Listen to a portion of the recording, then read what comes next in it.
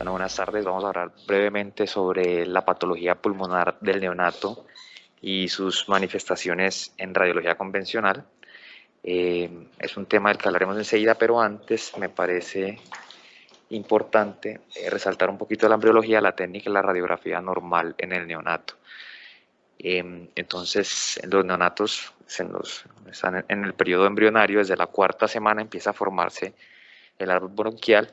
A nivel del cuarto arco braquial se va a formar una estructura conocida como el orificio laringotraqueal, que durante esa semana se va a dividir se va a lobular y se va a dividir en dos otras estructuras que finalmente van a terminar conformando la tráquea y el esófago. Eso durante la cuarta semana. Ya de la cuarta a la sexta semana, la estructura que forma la tráquea va a continuar lobulaciones subsecuentes para formar primero los bronquios primarios de ambos lados y terminar formando los bronquios secundarios y los bronquios terciarios en lo que conforma el árbol bronquial inicial. Ya desde la sexta semana hasta los 8 años lo que ocurre es la maduración histológica de ese árbol bronquial. Eso está pues histológicamente y embriológicamente dividido en 4 periodos. Lo más importante de este periodo es, digamos, resaltar primero que en el periodo de antes de las 16 semanas, las estructuras que están formando el alvéolo primitivo no son compatibles con la vida. Esto no tiene vascularización ni está apto pues como para el intercambio de gases y de oxígeno, pero a partir de la semana 16 hasta la 26 empieza a formarse como la vasculación propia del tejido de intercambio gaseoso.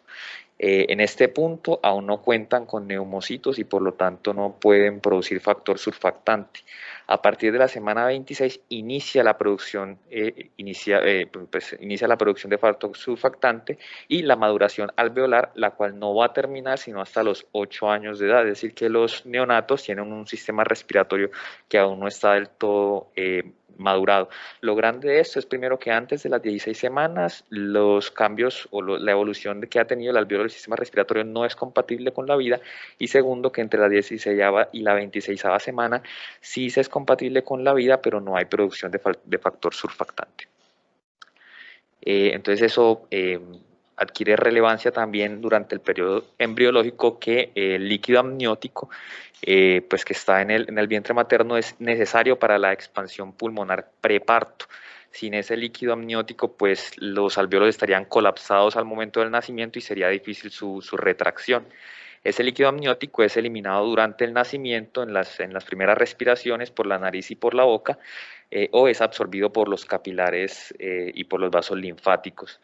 Entonces, unos conceptos de los niños pretérmino antes de las 28 semanas son prematuros extremo, que es algo muy frecuente en nuestro servicio, muy prematuro entre 28 y 32 semanas y ya prematuros tardíos entre la 32 y la 37 semanas. La cantidad de niños nacidos prematuros es abrumadora, eso va en aumento. Son unos 15 millones de niños nacidos anualmente al año, y cada vez pues tienen con mayores tasas de supervivencia. Entonces cada vez la edad gestacional a la que pueden sobrevivir es menor, y eso constituye casi el 20% de todos los recién nacidos y constituye la primera causa de muerte en niños menores de 5 años. Lo importante es que 3/4 de esas muertes son prevenibles. ¿Cómo se previenen? Con el uso de corticosteroides prenatales, el factor surfactante, y ya cuando han nacido la ventilación con presión positiva. Disminuyen grandemente las tasas de mortalidad en los neonatos.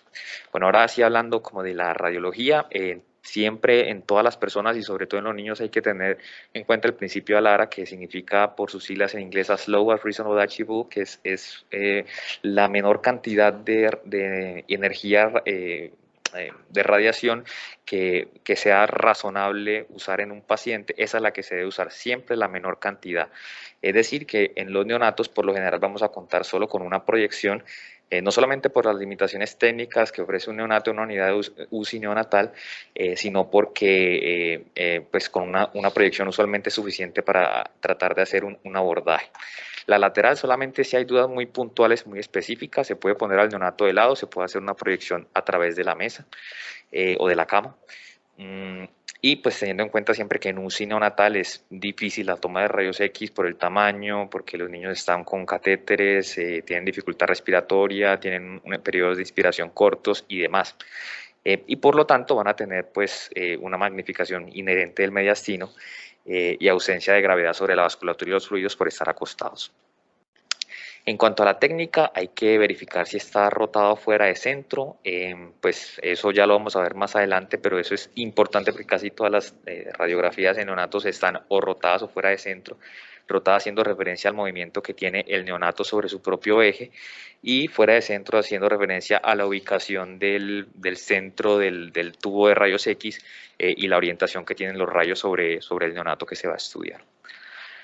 Por ejemplo, aquí tenemos un ejemplo de un neonato masculino de 15 días que fue al que se le hizo una toma de una radiografía 15 días después de una cirugía cardíaca, donde se ve pues que pues en esta imagen casi todo o todo el pulmón izquierdo, mejor dicho, es un pulmón radiopaco en su totalidad y pues evidentemente se nota que tiene rotación. Esta toma fue repetida ya con unos aspectos técnicos un poco mejorados y se identifica que ambos campos pulmonares tienen una aireación bastante similar, entonces esto se debía básicamente a la interposición de tejidos blandos por la rotación que tenía el neonato sobre su propio eje.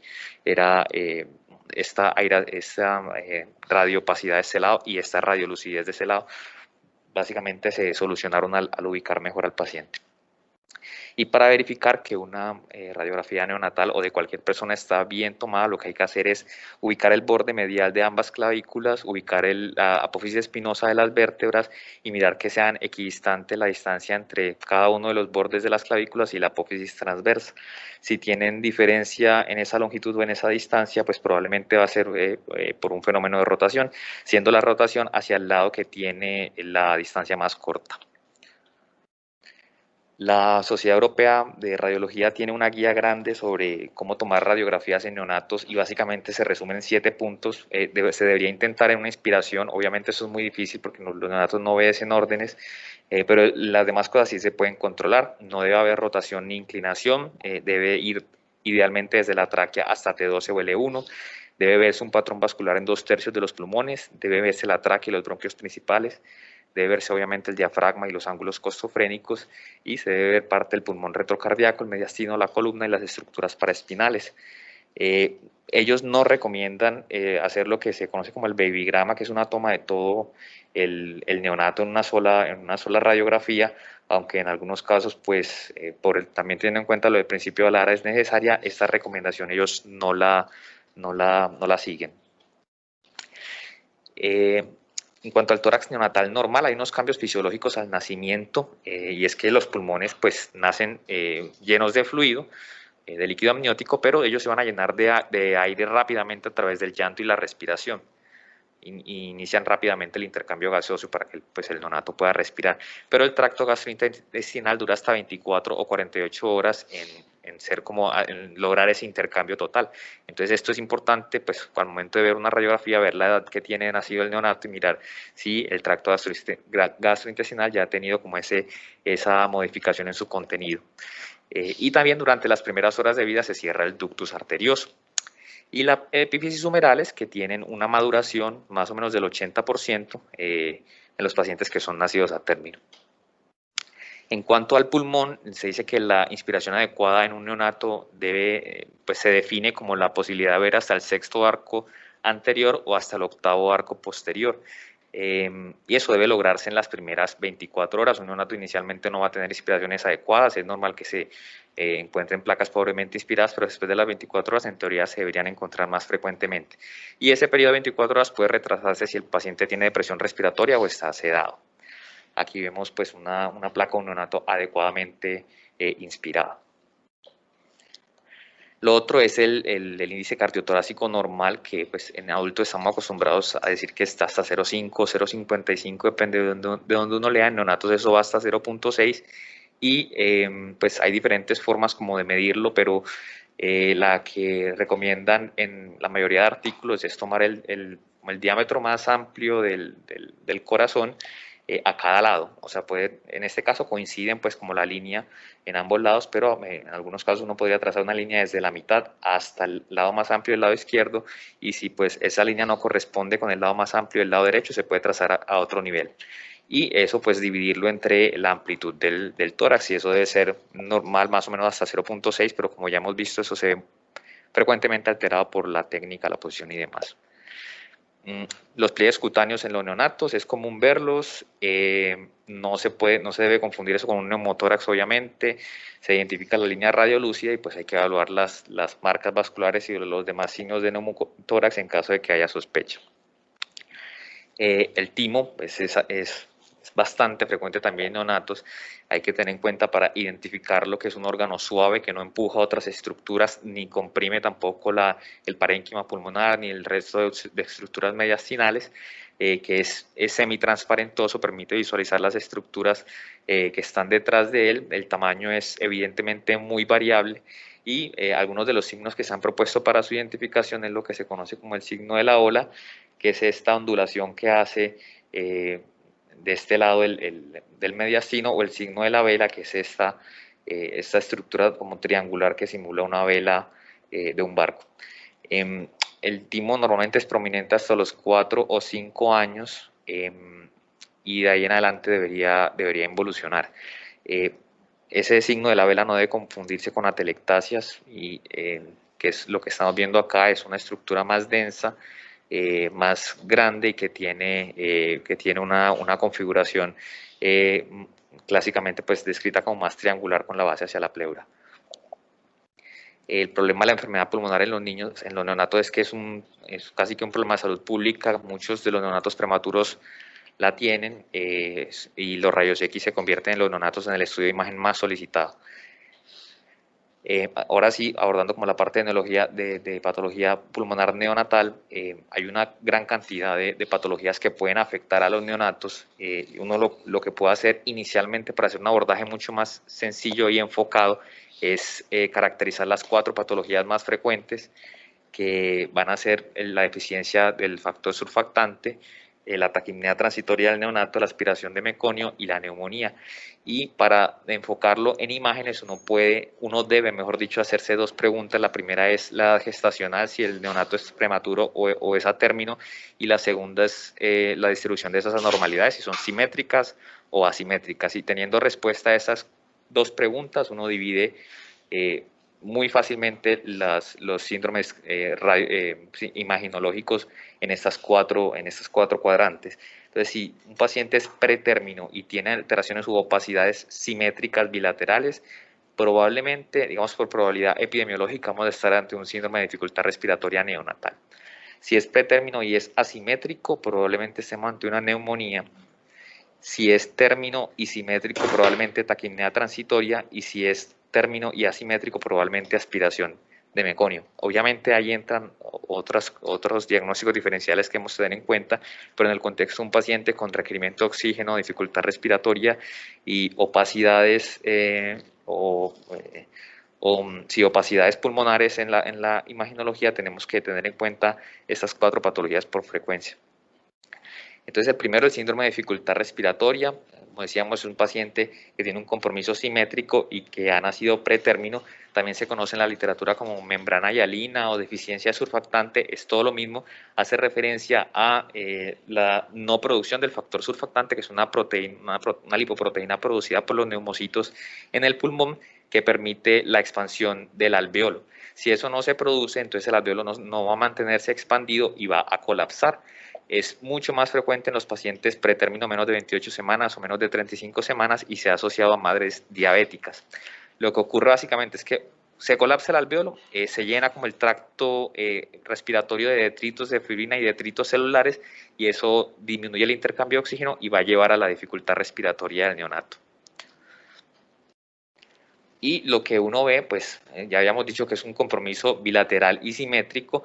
Eso usualmente se ve asociado a una disminución del volumen pulmonar. Las opacidades son reticulogranulares con componente alveolar, porque el alveolo está colapsado, con detritos en su interior.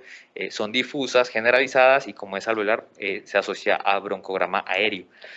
Sin embargo, son pacientes que mejoran uniformemente con el tratamiento hasta el 70%, actualmente con el uso de factor surfactante. Antes del factor surfactante, los pacientes solían complicarse con enfermedades crónicas, con displasias broncopulmonares, por ejemplo. Pero se pueden presentar formas atípicas como en todo. Entonces tenemos un paciente de 32 semanas, es pretérmino con síndrome de dificultad respiratoria en tratamiento. Ese paciente empieza a tener mejoría pues, de su compromiso bilateral y simétrico, y pues las consolidaciones, van a haber alvéolos que se empiezan a airear, y ya las consolidaciones van a ser asimétricas y multifocales, y puede uno pensar que se trata de una neumonía o una aspiración de meconio. Entonces hay que tener en cuenta las radiografías previas y ver la evolución del paciente. O un paciente de 32 semanas con un día que también tiene que está en tratamiento, ya este paciente tiene focos más focales o imágenes más focales hiperlúcidas por esos alvéolos que se han ido distendiendo, lo que simula un enfisema intersticial. La taquimia transitoria es un compromiso simétrico en un paciente que ha nacido a término, también se conoce en inglés como fluido fetal retenido, y es básicamente la incapacidad del neonato de expulsar el meconio o el líquido amniótico que ha aspirado durante el parto y el nacimiento. La fisiopatología que se propone es que los pacientes que nacen por cesárea no tienen una estimulación adrenérgica como si lo tienen los pacientes que nacen a través de un parto vaginal, que tiene una estimulación adrenérgica por ese estrés y todos esos cambios que está experimentando. En teoría, el paciente que nace por cesárea nace más tranquilito, entonces no tiene estimulación adrenérgica y no se activan unos canales de intercambio alveolares que le permitan eliminar ese líquido amniótico que ha consumido. Entonces van a tener fluido fetal retenido a nivel pulmonar, que va a manifestarse como una taquimia transitoria y una dificultad respiratoria que no tiene otra causa aparente. Lo que vamos a ver ya no son opacidades tanto alveolares, sino opacidades intersticiales bilaterales, que puede asociarse a derrames pleurales bilaterales también, con los volúmenes pulmonares conservados o incluso aumentados. Lo más importante de esto es el seguimiento, porque el niño debe mejorar a las 48-72 horas. Entonces, si uno ve un paciente que tiene compromiso intersticial bilateral, un paciente a término que a las 48 horas ya tuvo la mejoría, muy probablemente fue un síndrome de taquimia transitoria del neonato, y ya con eso básicamente se hace el diagnóstico. El tercero es la aspiración de meconio, es un compromiso asimétrico dependiendo de dónde quede el meconio que se ha aspirado, y es común en los pacientes a término. Es la causa más común de morbilidad de neonatos a término y posttérmino. Hasta el 5% de los neonatos la pueden desarrollar, y eso pues termina ocasionando en los pulmones neumonitis química, inhibición del surfactante y obstrucción de la vía aérea. ¿Qué vamos a encontrar? Depende básicamente de la severidad de la enfermedad, de la cantidad de meconio adquirido y de las consecuencias que haya tenido su aspiración. Se pueden encontrar desde pulmones claros con hiperinflación hasta opacidades pulmonares irregulares de ambos lados, con áreas de atelectasia por los taponamientos que se generan e hiperinflación. Entonces tenemos, por ejemplo, este neonato a término con un síndrome de aspiración de meconio que tiene, pues ahí se ve claramente que tiene opacidades bilaterales de una distribución asimétrica, más predominantemente en el campo pulmonar izquierdo, aunque la placa también está rotada. Esas opacidades se generan por las neumonitis químicas o por las atelectasias. Y pues vemos que los campos pulmonares, aunque tienen esas opacidades de distribución difusa, realmente el volumen, digamos, el volumen sí pulmonar está conservado e incluso puede estar aumentado. Por los taponamientos que hacen y por el aumento de la tensión alveolar secundaria al taponamiento, pueden ocurrir casi que algo parecido al efecto Macklin, que es el efisema intersticial, luego un neumomediastino y hasta un neumotórax. Y el cuarto es la neumonía neonatal, que se presenta en pacientes pretérmino y es de distribución asimétrica.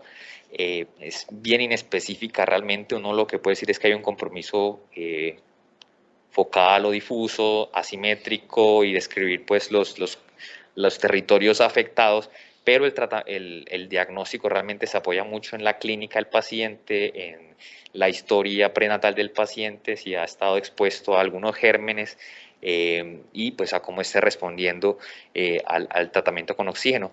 El tratamiento es casi que empírico con antibiótico cuando se tiene la sospecha clínica y una imagen sugestiva. Como decía, los hallazgos son variables, son opacidades que pueden ser pulmonares, pueden ser focales o difusas, pueden ser bilaterales o unilaterales, y pueden confundirse con el síndrome de dificultad respiratoria, con la aspiración de meconio o la taquipnea transitoria. Es realmente en el caso de la neumonía en particular, es un abordaje bastante, digamos, combinado entre clínica, entre la respuesta al tratamiento y entre la imagen. Uno podría orientarse de pronto con la presencia de un derrame pleural que no es tan común en las otras patologías que ya vimos. Eso de pronto podría orientar un poquito a que se trate de una neumonía. Y ya la displasia broncopulmonar, que es una patología crónica, sobre todo de los recién nacidos pretérmino, y que resulta como una consecuencia de una de las patologías que hablamos ahorita, pretérmino, que no tuvo una resolución adecuada o un tratamiento adecuado. Anteriormente, los síndromes de dificultad respiratoria casi todos terminaban en displasia broncopulmonar, que el tratamiento era con una ventilación de presión positiva agresiva, con oxígeno agresivo. Ahorita, pues, gracias a los adelantos en las investigaciones en esos pacientes, la proporción de pacientes que evolucionan a displasia broncopulmonar ha disminuido, pero sigue existiendo, y pues en los pacientes, digamos, más mayorcitos o que han nacido ya con más de 30 semanas o con un peso mayor de 1.200 gramos, realmente es raro. Es más común en pacientes que al momento del nacimiento tienen un desarrollo alveolar muy pobre y que no han, pues, como todavía consolidado o madurado la formación alveolar. Entonces, lo que se ve es, pues inicialmente al momento del nacimiento como tal, son pulmones claros, sin mayor compromiso, pero en las primeras horas empiezan a desarrollarse opacidades difusas, y de ahí, de esas opacidades difusas, puede haber una resolución en el 35% de los casos, o progresar hasta en un 65% de los casos, y esa progresión puede ser o fibrosa o burbujeante. En las fibrosas van a haber opacidades uniformes y simétricas en ambos campos pulmonares, sin desórdenes en la aireación. Eso es lo que habíamos visto ahorita de los pacientes que son menores de 30 semanas al momento del nacimiento o que pesan menos de 1.200 gramos al momento del nacimiento. Y la progresión burbujeante, que son opacidades asimétricas con quistes hiperlúcidos que tienen atrapamiento de aire, como lo vemos en esta última imagen. Ya para terminar, hay un par de alteraciones pulmonares que no son tan frecuentes, pero que podemos llegar a ver. El primero es el enfisema pulmonar intersticial, que se da por una ruptura del epitelio del alveolo. Eso puede ser por barotrauma, por una ventilación positiva o por trauma por volumen, y eso genera paso de aire desde el alveolo hasta el intersticio, y ese aire va a disecar el intersticio y va a generar esas imágenes como radiolúcidas de distribución difusa en los campos pulmonares. Se puede presentar en el síndrome de dificultad respiratoria cuando tienen ventilación mecánica durante la primera semana, o en los pacientes con displasia broncopulmonar ya en la tercera o la cuarta semana. Ya es un proceso más subagudo o crónico.